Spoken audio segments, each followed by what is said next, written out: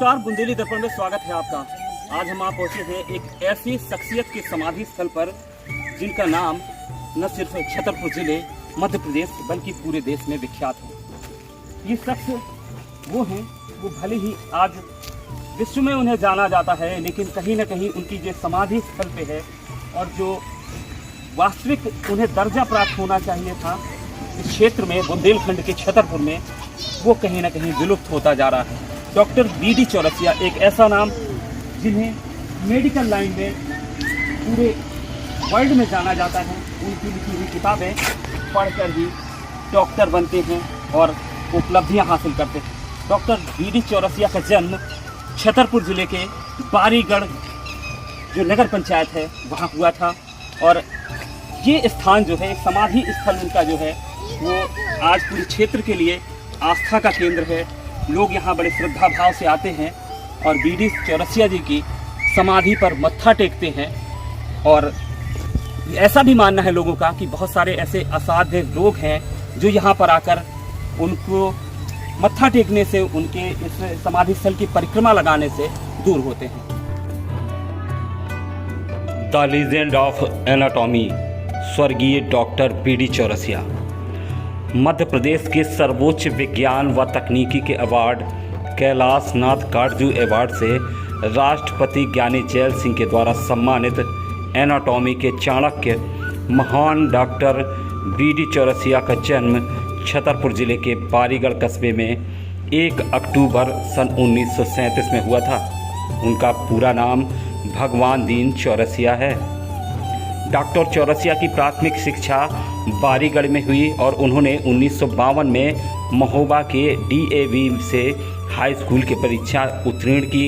Intermediate science Christian college Allahabad से 1954 में और ग्रेजुएशन इविंग क्रिश्चियन कॉलेज इलाहाबाद से किया। उन्होंने 1960 में MGM मेडिकल कॉलेज इंदौर से MBBS की परीक्षा उत्तीर्ण की और 1965 में MS एनाटॉमी में इंदौर विश्वविद्यालय के प्रथम प्रयास में उत्तीर्ण हुए।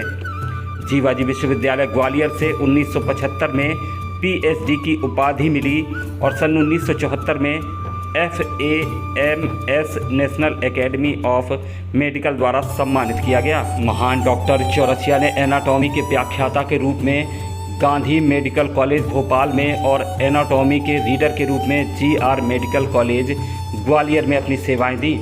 Doctor BD. चौरसिया द्वारा रचित एनाटॉमी की किताबों को न सिर्फ भारत बल्कि विश्व के बहुत से देशों में अपने मेडिकल कॉलेज में अनिवार्य किया गया है। उनकी लिखी पुस्तकों के कारण भारतीय मेडिकल जगत में विदेशी पुस्तकों की निर्भरता खत्म कर भारत को मेडिकल पुस्तकों में आत्मनिर्भर बनाकर नए युग की शुरुआत की है। वहीं गरीब मेडिकल छात्रों को एनाटॉमी विषय की किताबें वरदान साबित हुई हैं, क्योंकि वे विदेशी मेडिकल जगत की किताबों की तुलना में बहुत ही ज़्यादा सस्ती हैं। ऐसे में उन्होंने मेडिकल जगत के सभी गरीब व असक्षम छात्रों को मेडिकल किताबें खरीदने के लिए सक्षम बनाया है। मेडिकल जगत में एनाटॉमी विषय को अपने अध्यापन की विशेष क्षमता से डॉक्टर चौरसिया ने इतना सरल बना दिया कि न सिर्फ हिंदुस्तान के मेडिकल के छात्रों बल्कि संपूर्ण विश्व में उन्हें द लीजेंड ऑफ एनाटॉमी के नाम से जाना जाता है। ये उस समय की बात है जब 70 के दशक में कोई टेक्नोलॉजी नहीं थी और उस समय बिना किसी तकनीकी सहायता अपने अनुसंधान व स्वरचित डायग्रामों द्वारा मेडिकल एनाटॉमी विषय का ऐसा सचित्र विवरण प्रस्तुत किया जो आज के वर्तमान तकनीकी समय में भी संभव नहीं हो सका है। Doctor BD. चौरसिया की इस समाधि स्थल पर पहले हर वर्ष मेला लगाया जाता था। यहाँ के लोगों ने हमें बताया कि इस स्थान पर नेत्र शिविर भी लगाया जाता था और सैकड़ों की तादाद में पूरे क्षेत्र के जो लोग हैं उस नेत्र शिविर का लाभ उठाते थे। और यहाँ पर आकर इस समाधि स्थल एक स्टैचू बनाया गया है उनकी याद में, जिसे साफ तौर पे देखा जा सकता है कि जब ये बना था तब किस रूप में था और अब यहाँ कहीं न कहीं जो अनदेखी हो रही है, रख रखाव की कमी है, उसके कारण उपेक्षा का शिकार होता नजर आ रहा है। अगर जन्म की बात करें उनकी, तो ये एक शिलालेख यहाँ लगा हुआ है। 1 अक्टूबर 1937 में उनका जन्म हुआ और 4 मई 1985 में उनका देहावसान हुआ। तो ये एक ऐसी शख्सियत जो पूरे विश्व में जाने जाते हैं, उनकी किताबें पढ़कर डॉक्टर बनते हैं और बहुत सारी रॉयल्टी भी आती है उनकी किताबों से जो उनके उत्तराधिकारियों को मिल रही है। लेकिन इस गार्डन, इस समाधि स्थल का जो अगर रख रखाव है वो कहीं ना कहीं उसका अभाव साफ तौर पे देखा जाता है। कुछ स्थानीय लोग हमारे साथ मौजूद हैं। जी भैया बताएं, क्या नाम है आपका? संतोष कुमार अहिरवार मेरा नाम। संतोष जी, ये एक ऐसी शख्सियत का समाधि स्थल है जिन्हें पूरे दुनिया में जाना जाता है। मेडिकल लाइन का हर छात्र उन्हें जानता है, पढ़ता है, पूजता है। यहाँ आप यहाँ के बासिंदे किस नज़रिए से देखते हैं? डॉक्टर BD चौरसिया हमारे लिए गौरव की बात है कि वो हमारे नगर के थे। नगर में उनका जन्म हुआ। हम लोग छोटे छोटे थे, लगभग मेरी उम्र 5 या 6 साल रही होगी, तब दुखद समाचार हुआ, इनकी मृत्यु का प्राप्त हुआ।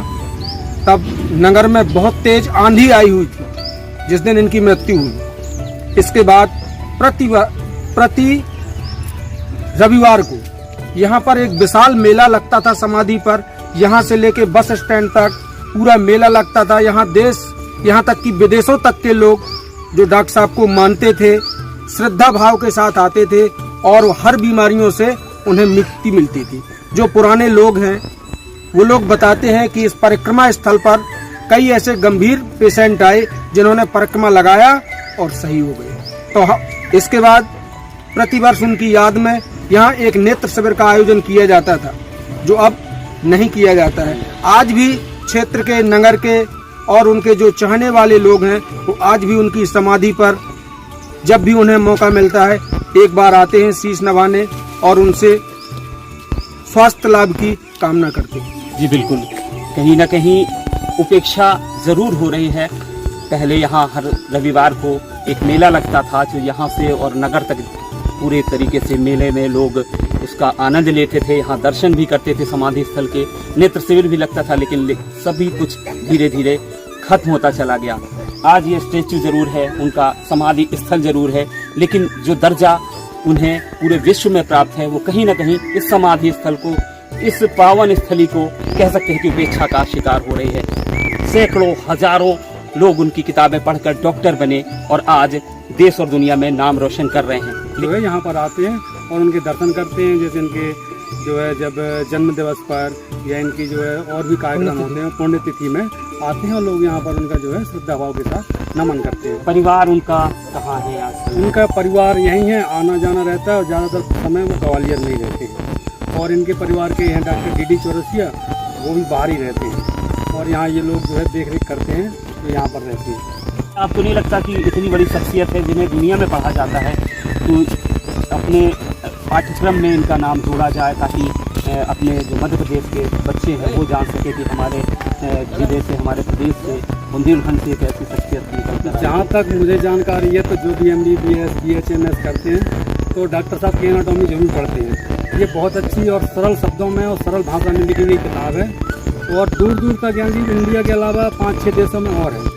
इसके पहले अभी पिछले साल सुनने में आया था कि जर्मनी ने एनाटॉमी की किताब डॉक्टर साहब की कंपलसरी कर दी है, वहाँ जो मेडिकल लाइन की पढ़ाई होती है। लेकिन आप सही कह रहे हैं कि जो बारीगढ़ है, यहाँ जो इनकी जन्मस्थली है, वहाँ ज़रूर ये लोग उपेक्षित हैं और इनका ज़्यादा जो है ध्यान नहीं दिया जा रहा है इनके जो है इनके बारे में।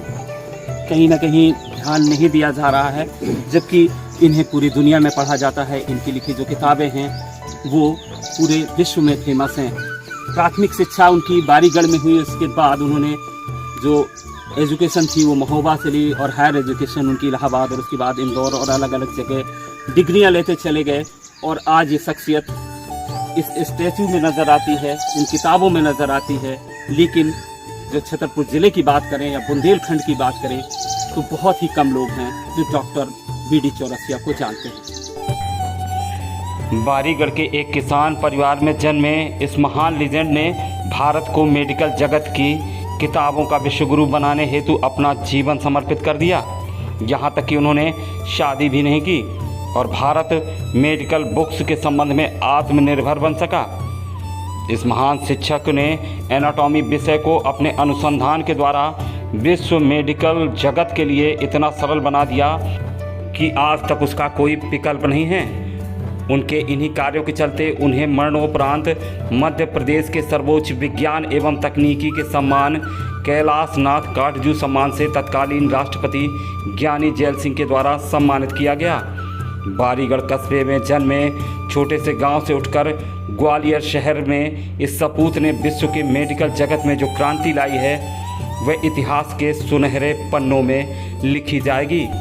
डॉक्टर बी डी चौरसिया को भारत रत्न प्रदान करने की मांग को लेकर अखिल भारतीय आदर्श चौरसिया महासभा के द्वारा 1 अक्टूबर 2020 को भारत के प्रधानमंत्री को पत्र लिखा गया है। वहीं ग्वालियर लॉ कॉलेज के प्राचार्य के द्वारा भी 12 अगस्त 2020 को पत्र लिखकर डॉक्टर बी डी चौरसिया को भारत रत्न प्रदान करने की मांग की गई है। डॉक्टर बी डी चौरसिया की मृत्यु 5 मई सन 1985 को हुई थी। उनकी अंतिम इच्छा के अनुरूप उनका अंतिम संस्कार उनके पैतृक गांव बारीगढ़ में किया गया।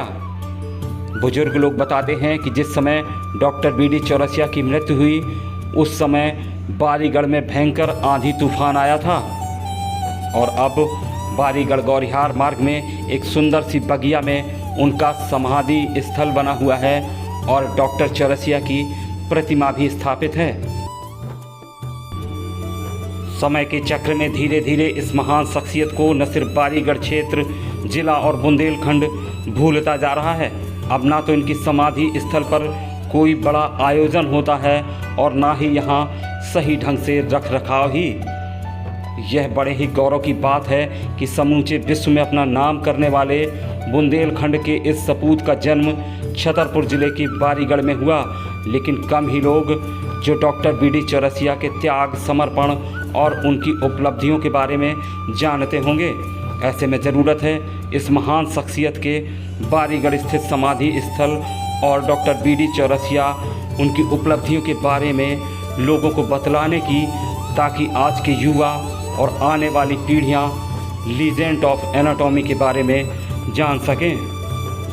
द ग्रेट डॉक्टर चौरसिया की समाधि स्थल में घूमते घूमते हमें एक नज़ारा दिखा। इसे एक मचान कहते हैं। इस मचान की अगर बनावट के बारे में देखें तो बेहद ही खूबसूरत दिखता है। ऊपर से मटके रख के गुम्मट टाइप के बनाए गए हैं और बहुत ही खूबसूरती से इसे बनाया गया है। इसमें देख सकें बच्चे कितने इंजॉय कर रहे हैं इसमें लेट करके। और ये मचान जंगली जानवर हैं, कीड़े मकोड़े हैं, उनके लिए सुरक्षा की दृष्टि से बनाया गया है। और इस तरीके के ये मचान जो है झोपड़ी टाइप की खेतों की रखवाली करते हैं किसान, वो भी इस तरीके के मचान बना के उसका इस्तेमाल करते हैं। खूबसूरत दृश्य था इसलिए हमने आपको दिखाने की कोशिश की। हमारे साथ ये किसान भाई हैं जी, आप आइएगा इधर। क्या नाम है आपका? जग्गू। जग्गू जी, कैसे ये बनाया आपने मचान? ये हमारे बाबा जी बना गए थे। अच्छा अच्छा। मम्मी के पिताजी अरे वाह, वो बना गए थे। तो कितना समय लगा इसे बनाने में? बड़ा खूबसूरत सारा दिन में बना पाया था। सारा क्या दिन लगा था। तो इसमें लेटते हैं, कैसा लगता है आपको? उसमें बढ़िया आनंद आता है। बरसात में हार खेते में ले जाते हैं। अच्छा, इसे बना बनाया हार खेत में भी? हाँ, बना बनाया खोल करके। हाँ, उठा गए। डॉक्टर चौरसिया जी की ये समाधि स्थल है, उनकी ये बगिया है, इसकी रखवाली करते हैं आप लोग? हाँ, उसकी रखवाली करते हैं, यहाँ की रखवाली करते हैं और खेत की भी रखवाली करते हैं। कितनी खेती है उनकी? खेती है उनकी 70-75 बीघा की बंधी है। तो वहाँ की भी अच्छा, जो उनके घर वाले हैं डॉक्टर साहब के, वो कभी आते हैं उनका? वो आते हैं 2-4-6 महीने में आते हैं, घूम फिर जाते हैं, देख सुन जाते हैं और उसके बाद फिर चले जाते हैं। सारी जिम्मेदारी रहती है हमारी पर। आप लोगों की पूरे देखभाल पूरा रहता है, घर का है। बगिया में क्या क्या लगा रखा है आपने? बगिया पे करौंदे लगे हैं, आंवला लगा है, आम भी लगे हैं और सारे पौधे लगे, नींबू वगैरह भी लगे। नींबू भी एक पौधा लगा है और जो वैसे पौधे हैं तो जो है तो सूख गए हैं। अच्छा, पहले आपने देखा, गांव वालों ने बताया कि पहले यहाँ पे मेला लगता था। पहले जो है तो मेला भी लगता क्या था। वजह हो गई, क्यों नहीं? अब पता नहीं, हमें तो जानकारी है नहीं। पिताजी होते तो उन्हें जानकारी होती। कब से नहीं आपने देखा कभी मेला? हमने तो कभी नहीं देखा। बहुत पहले लगता था। बहुत पहले लगता था, बताते थे कि बहुत अच्छा मेला लगता था और हमें जानकारी नहीं है। पिताजी है तो माता जी कुछ बता रहे हैं। आपने वो समय देखा होगा डॉक्टर साहब जो थे उनको देखा कभी? आप मिली उनसे?